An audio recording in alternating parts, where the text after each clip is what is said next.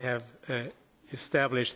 Now I'll give the word to our second speaker, Mr. Senan, who is the international coordinator of the Tamil Solidarity. This is the other view of the question.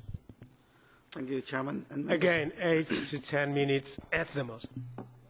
Thank you, Chairman, the members of the committee and the members of Parliament. The current situation in Sri Lanka can only be described as a modern Holocaust. You can see a worse kind of persecution, ethnic cleansing, torture and murder. And I'll give you a few examples. It is the United Nations estimation that the current government killed 7,000 civilians in the last few months of the war. Over 10,000 been wounded.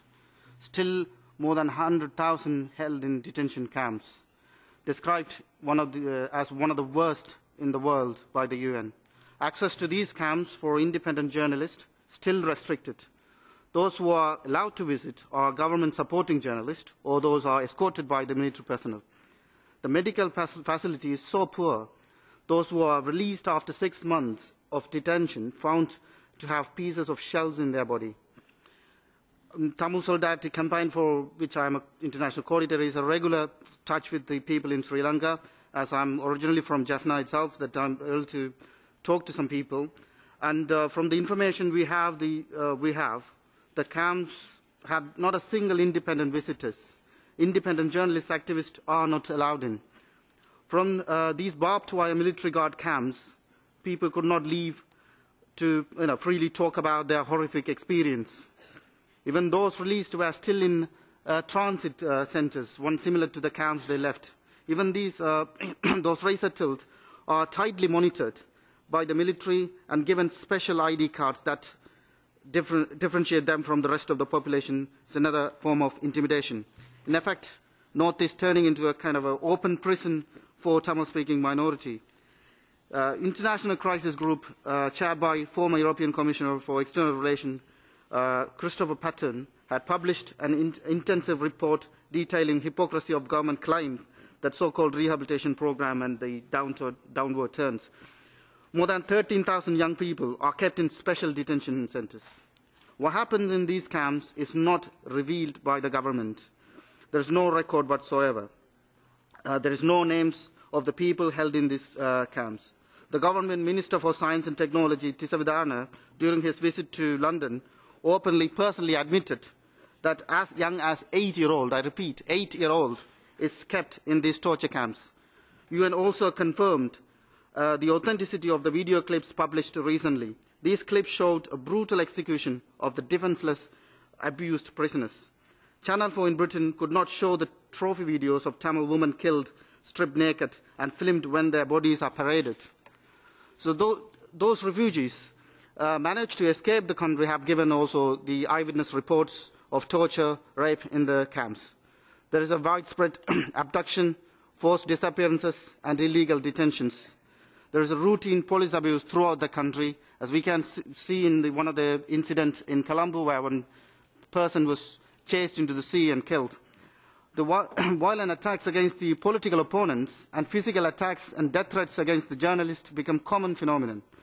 Journalist Thisanayagam was jailed for 20 years for writing just 2 articles. He is now on bail as part of the election stunt. I salute those heroic activist journalists who have raised opposition to the government brutality, such as Lasanda Vikramadunga, who is being murdered, believed to be by the government forces. That is a very, very real threat that all opponents of the government face. I gather that many journalists and activists turned down the invitation to come to this committee hearing in fear of their life. I am able to come because I am in exile. If I am living in Jaffna, I am sure that I will decline to come here as well.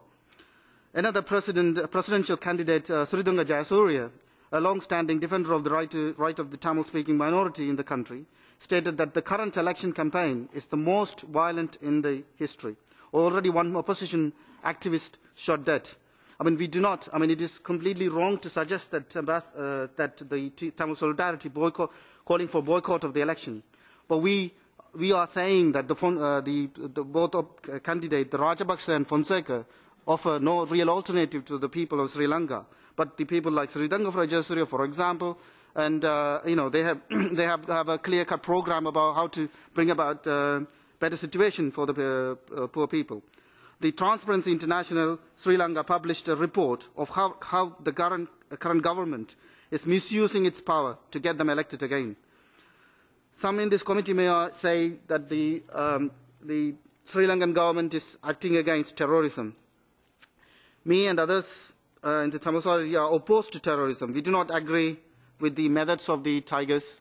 In fact, we criticize, we have condemned their actions, the undemocratic action in the past, and so on. But nothing is comparable to the terrorism of the Sri Lankan state.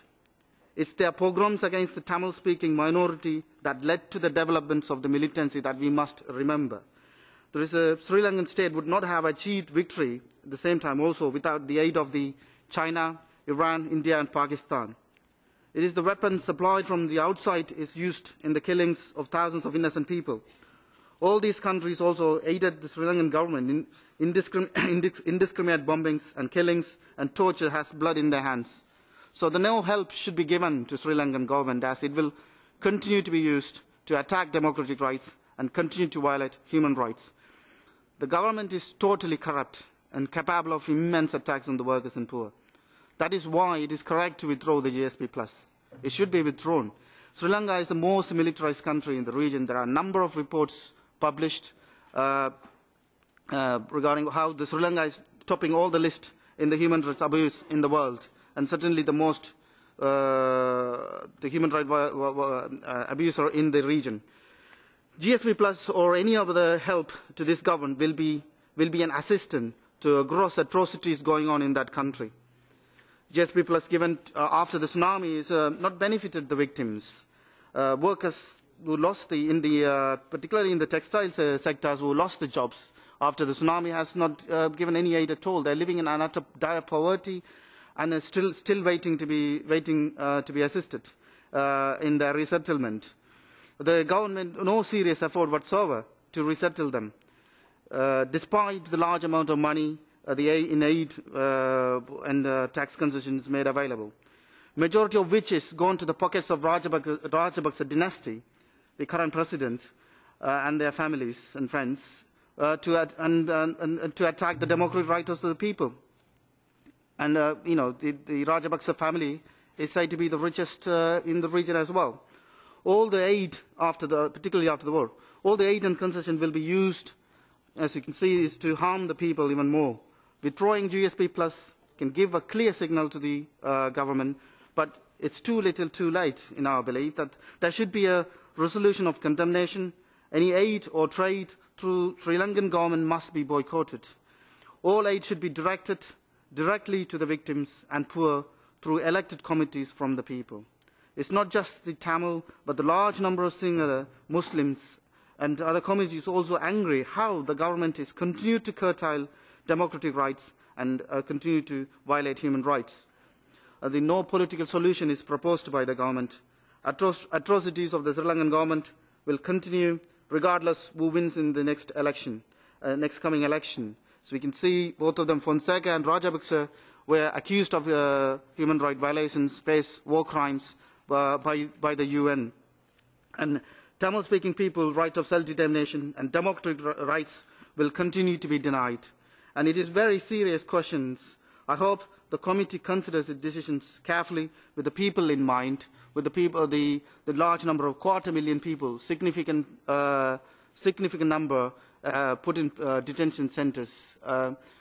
In terms of percentage, it's majority of the Tamil-speaking minority in the country. So this is a horrific treatment of this government of its own people. So I hope the committee considers very carefully.